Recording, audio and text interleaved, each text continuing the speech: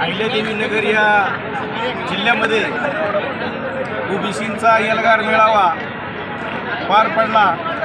त्या मेळाव्यामध्ये भुजबळ साहेबांनी या ठिकाणी सर्वसामान्य ओबीसीपर्यंत या ठिकाणी शब्द दिलेला आहे की सर्वसामान्य ओबीसीसाठी शेवटपर्यंत मंत्रिपद तर आम्ही कधीच सोडून दिलेलं आहे, पण जी लढायचं आहे ती या सर्वसामान्य ओबीसीच्या सर्वसामान्य घटकाला न्याय देण्यासाठी लढायचं आहे।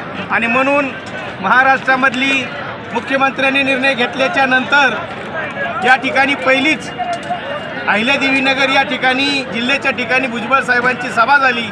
त्या सभेमध्ये जिल्ह्यातून एवढा ओबीसी ठरवणार आहे, त्याच्यामुळे या ठिकाणी सर्वसामान्य ओबीसी व इतर समाजामधील सर्व घटक आज ओबीसी बरोबर ताटमानाने या ठिकाणी उभा राहिलेले आहेत। आणि म्हणून या ठिकाणी भुजबळ साहेबांनी त्यांच्या भाषणामध्ये सर्व मुद्दे या ठिकाणी क्लिअर केलेले आहेत। महाराष्ट्र सरकारला या ठिकाणी त्यांनी इशारा दिलेला आहे आणि मी सुद्धा या बाईटच्या माध्यमातून या महाराष्ट्राच्या मुख्यमंत्र्याला आवाहन करतो की तुम्ही जे या ठिकाणी आमच्या सर्वसामान्य माणसांचा जो पैसा आहे, महाराष्ट्र सरकारचा जो पैसा आहे, त्याच्यातून तुम्ही 350,000 कोटी रुपये तुम्ही या कामासाठी वापरलेले आहेत आणि तो जनतेचा पैसा आहे, काही तुमच्या बापाचा नाही। आणि म्हणून मुख्यमंत्र्यांनी ही भान ठेवावं की महाराष्ट्रातल्या तिजोरीतला पैसा हा आमच्या बापाचा आहे, सर्वसामान्य जनतेचा पैसा आहे, तो कुठे उडवायचा त्याचं भान या ठिकाणी मुख्यमंत्र्यांनी ठेवलं पाहिजे। आणि म्हणून मी तमाम ओबीसीच्या वतीने या गव्हर्नमेंट या महाराष्ट्र सरकारला आवाहन करतो, 80% ओबीसीचे पैसे तुम्ही उडवता कामा नये आणि म्हणून ओबीसीचा पैसा हा ओबीसीच्याच कामाला लागला पाहिजे। या ठिकाणी सर्वसामान्य झोपडीत राहणारा आमचा ओबीसी आहे, त्या ओबीसीला या ठिकाणी 2 टायमाचं खायला नाही आणि तुम्ही साधं या ठिकाणी महाराष्ट्रातलं मागास पण सिद्ध करण्यासाठी 3,500 कोटी या सामान्य जनतेच्या जर तुम्ही उडवणार असताल तर तुम्ही एका जातीचे मुख्यमंत्री होऊ शकत नाही।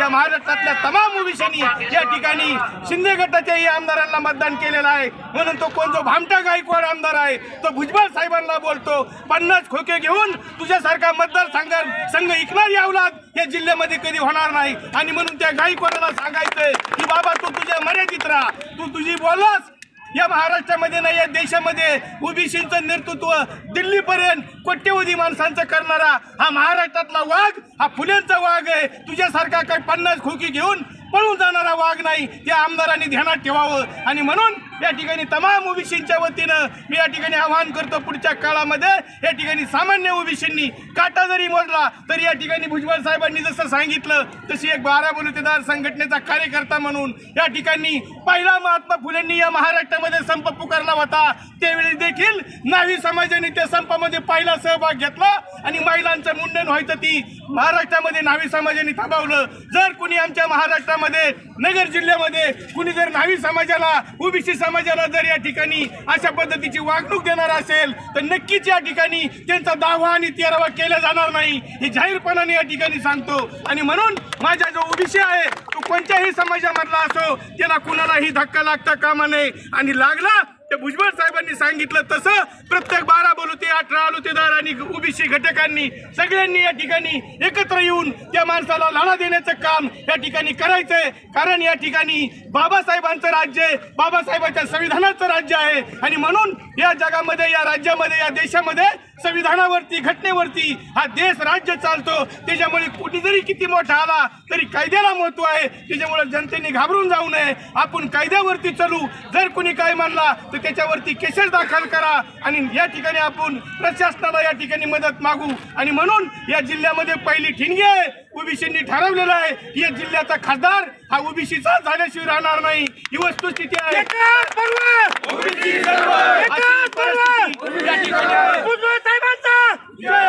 अशा परिस्थितीमध्ये या ठिकाणी भुजबळ साहेबांनी जो आदेश दिलाय तो घेऊन या कार्यकर्त्यांनी सर्वसामान्यांच्या झोपडीपर्यंत पानापर्यंत आपल्याला जायचंय आणि आपला ओबीसी पॅटर्न हा सर्वसामान्य माणसाला समजून सांगायचा आहे। उद्याची लढाई अटळ आहे। भुजबळ साहेबांनी या ठिकाणी काही मुद्दे सिरियस होऊन मांडलेले आहेत आणि उद्याची लढाई या ठिकाणी भुजबळ साहेबांनी सांगितलंय मला मंत्रिपद महत्त्वाचं नाही, माझा ओबीसी घटक हा माझ्यासाठी महत्त्वाचा आहे। आणि म्हणून अशी मंत्रिपदं किती आली आणि किती गेली भुजबळ साहेबांचं एक मंत्रीपद जाईल, पण या महाराष्ट्रातली जनता भुजबळ साहेबांना मुख्यमंत्री केल्याशिवाय राहणार नाही. अशी वेळ येऊ नये. त्या संजय गायकवाडाला भविष्यात भुजबळ साहेबांना तिकीट मागायची वेळ येऊ नये अशी परिस्थिती त्या संजय गायकवाडाला या निमित्ताने सांगतो की बोलताना आपण भान ठेवावं. तुझ्यासारखे 50 खोकी घेऊन पळून जाणारा आमदार नाही, समाजासाठी मंत्रिपदाचा राजीनामा देणारा पहिला या ठिकाणी महाराष्ट्रातल्या मंत्रिमंडळाचा ओबीसीचा नेता म्हणजे छगन भुजबळ आहे. मला आठवतं पंडित जवाहरलाल नेहरू पंतप्रधान असताना बाबासाहेब आंबेडकर कायदा मंत्री होते आणि त्या वेळेस या जगातला पहिला मंत्री आहे की या ओबीसीला आरक्षण मिळावं म्हणून बाबासाहेब आंबेडकरांनी सुद्धा या ठिकाणी राजीनामा दिला होता केंद्रीय मंत्रिमंडळाचा. आणि त्याच्यानंतर या देशामध्ये इतिहास झालाय की भुजबळ साहेबांनी सुद्धा या समाजासाठी दुसऱ्यांदा राजीनामा दिलाय. ही गोष्ट आमच्यासाठी अभिमानाची आहे आणि म्हणून या ठिकाणी मी सर्व ओबीसी बांधवांना विनंती करतो, तुम्ही या ठिकाणी आलात, या सभेची शोभा वाढवली, सगळा बहुजन समाज या ठिकाणी जागा झाला, त्याबद्दल त्यांना धन्यवाद देतो. जय हिंद, जय मल्हार, जय ओबीसी.